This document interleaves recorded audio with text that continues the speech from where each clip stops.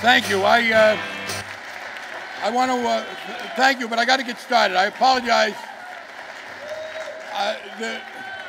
The bad news is I'm not going to be able to take questions, but the good news is the reason is that CBS Morning News is going to be outside interviewing me about this conference and this issue, and I thought that was worth doing. I thank Susan for the introduction, and I was a little disappointed when they said I got voted to be the workhorse, because I misunderstood, and I thought I was being voted the clothes horse, and it was a little bit of a blow to my ego. But let me be very explicit at the outset. If there is only one way, well, first premise, it is important that we get a deficit reduction plan in over the longer term. But in the short term, we have got to work on jobs. That is overwhelmingly clear. It has been proven. And the importance of deficit reduction is both economic but also political, because a credible deficit reduction plan is what we need to get enough political support to do the kind of job creation we need today. And there's an interlinkage that I'll mention. There is no way at all to do a socially responsible deficit reduction plan, no way to do a long-term deficit reduction which preserves our ability to protect the quality of life here in this country and elsewhere in the world without very substantial reductions in military spending. And our focus has got to be on the super committee that we have got to get reductions of over $200 billion per year in military spending. We have a military budget now that is $650 billion per year. It exceeds virtually every other military budget in the world combined. We overspend because we are overcommitted. And yes, it is the argument we get from the Pentagon is, well, given our commitments, you have to spend that much. Right. The problem is with our commitments.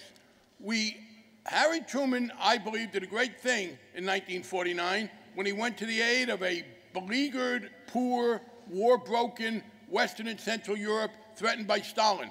And billions of dollars of American money and hundreds of thousands of American troops and American might was inserted between Stalin and Europe.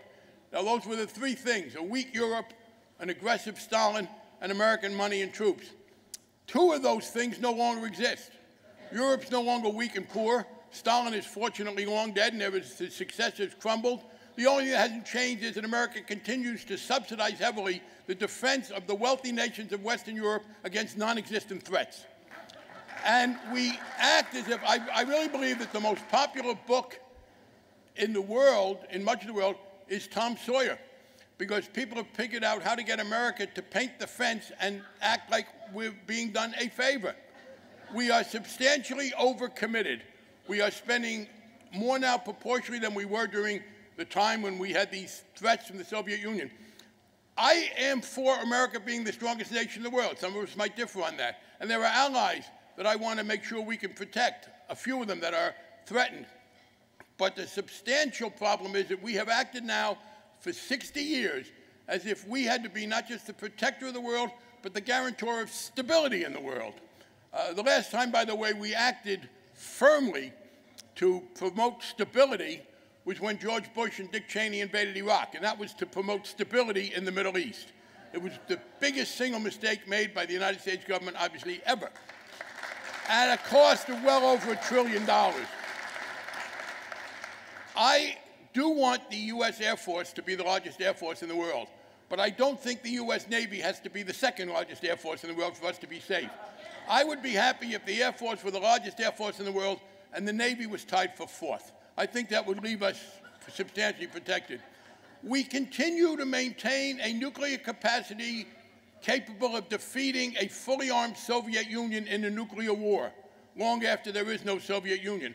We have the triad. We have intercontinental ballistic missiles, nuclear submarines, and strategic air command bombers, not coincidentally one for each service. And they are there to destroy the Soviet Union, which destroyed itself. So the point I would like to make to the Pentagon, it sounds like a joke, I mean it seriously. You have three ways of winning a nuclear war against the Soviet Union. Pick two. Give up one. The savings at any of these things are in the billions. We are now spending $120 billion a year in the wars in Iraq and Afghanistan. And incredibly to me, President Obama, whom I strongly support in general, is contemplating staying in Iraq even longer than George Bush wanted to. That is wholly unacceptable, and we must make that very clear. And we're there to mediate ethnic and political disputes. The war in Afghanistan has long since passed any reasonable effort. We could stop those two wars. That's $120 billion a year.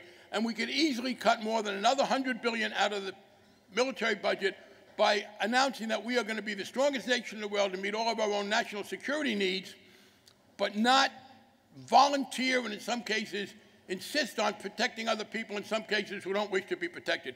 Now, why are we not winning it as easily? A couple of arguments. One, and this is the most incredible one, conservatives who tell us that when we build infrastructure, when we keep firefighters from being dismissed, when we provide funding for important public services, that somehow doesn't add jobs. They have found one place where the federal government can create jobs, the military. They're now announcing that if we scale back our military commitments to the point where we are defending ourselves and not the whole world, we're going to increase unemployment. It's a new economic doctrine, military Keynesianism. According to them, public spending does not create jobs when we support state and local government. It doesn't create jobs when we build infrastructure. It only does it when we have bases in Germany and Japan, which have no earthly function other than to make some people in the Pentagon happy. The other argument is, well, we have to do it for our national security. Yes, I regard terrorism as a threat, but it is not a threat comparable to the Nazis or the communists. It is not an existential threat to the United States. You don't defeat terrorists with nuclear submarines. I wish you did, because we have them and they don't. It would be over.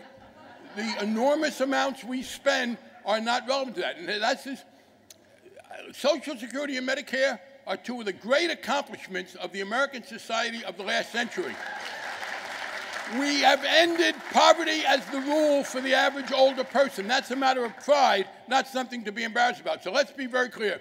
If we do not scale back our military, and by the way, if I thought our interventions did a lot of good, I would be conflicted because I'd like to bring the money home. But we often do more harm than good when we intervene in these ways. So it's not a case of our being isolationists. I want to put more money into helping hungry children and fighting AIDS and fighting things internationally. And we do that. 5% of what we spend overseas on the military being spent in that way would be an enormous increase in the good that we do. If we are not able to demand military spending cuts of at least $225 to $250 billion a year, then we are going to be having trouble. I obviously think taxes can and should be increased. And by the way, it is odd that the conservatives think the American economy is so weak that if we take an extra $40 per $1,000 of earned income from people making more than $250,000, we will wreck the American economy. That was proven wrong 20 years ago, and it's still wrong. So yeah, there are some tax increases we can make. There are some spending cuts we can do. But the biggest single chunk of deficit reduction must come from scaling back our enormous military expenditures from where they now are to what our legitimate needs are. And in some cases, when you cut spending, you lose something. In fact, given the pattern, if we cut military spending, I think we will get a net benefit in a lot of ways. And we can put that money into much more productive job creation. So I thank Susan for what she said. Get to those people who are your representatives and senators. Get to them to tell the super committee, we have got to get, they're talking about a $1.25 trillion reduction in deficit. We could, over that 10-year period, do twice that from the military alone and be a stronger and better and happier nation if we do it. Thank you.